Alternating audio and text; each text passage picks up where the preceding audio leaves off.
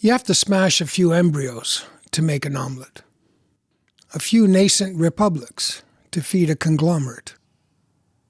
That's why we need billionaires to install the next government. Here and where we grow our bananas. Diplomats will steady the quibbling between competing despots. The anointed will then ready the terrain and the population for our industrialists and their consultants, be they from Virginia or Oxfordshire, seeing as the British are still milking what they failed to keep. Time is our ally, their cellmate and jailer.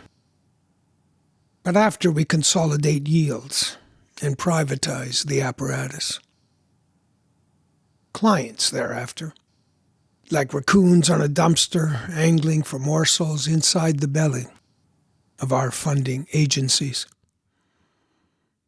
Except those crumbs have already been earmarked to cordon the squalor.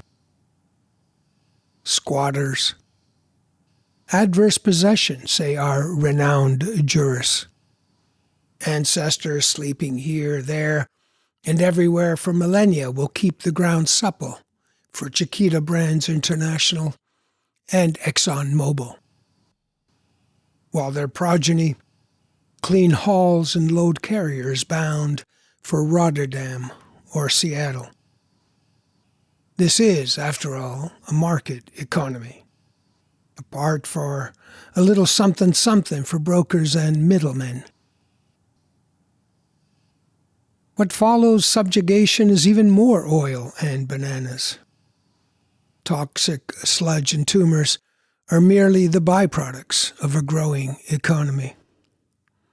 A small price to pay for what we might have done otherwise. Still, no analyst worth his salt would compare the monocultures of Guatemala with the oil fields of West Africa.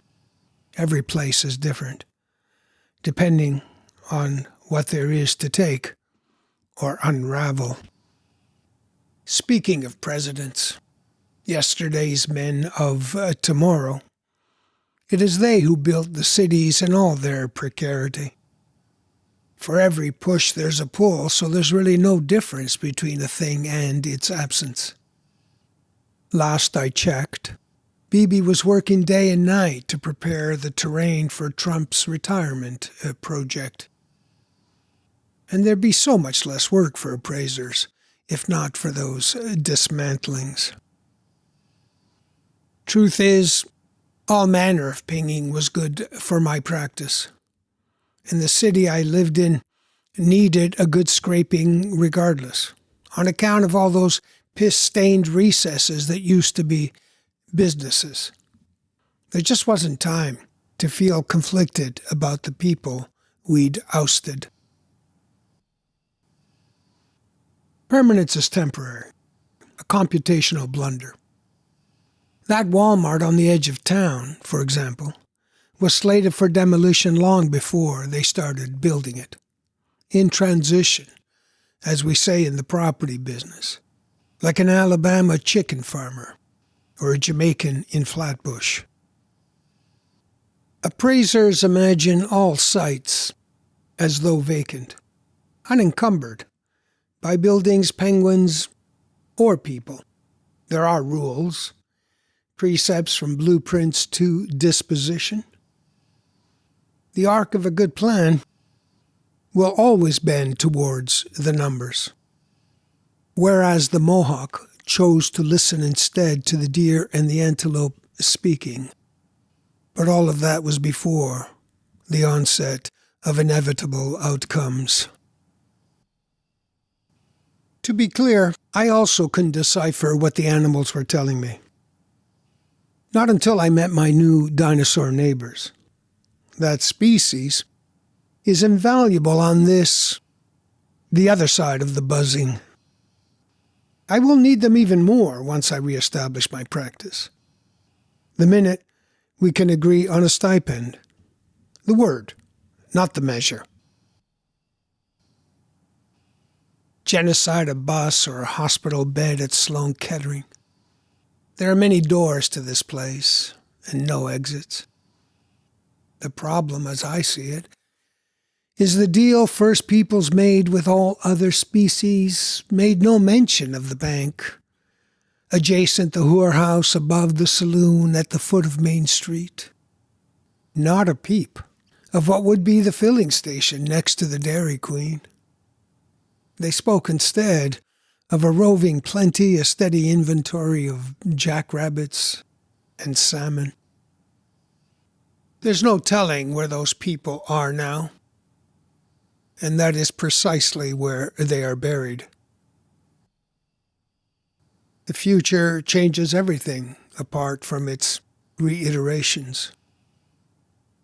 Now back to our story. The British took to building taverns with upright pianos, surfaces on which to rest a hot toddy on cold winter evenings. What better than sing-songs to drown out the screaming? Whiskey to spur them genocidal leanings. Pubs also did a brisk trade in bangers and mash before the advent of trattorias.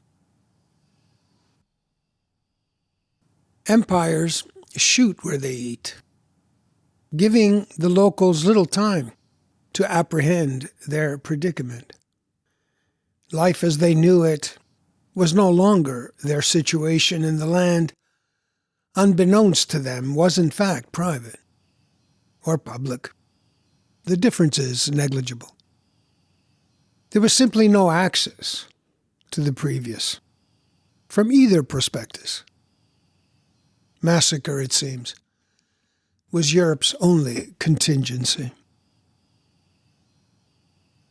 To the victor belong the spoils, and then survivors will sling daiquiris for Israeli beachgoers.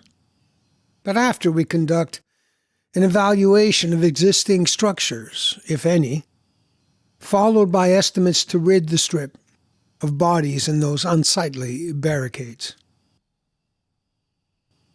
While I, along with Fred and Harry, my dinosaur neighbors, in case you need reminding, performed the posthumous version of that selfsame analysis.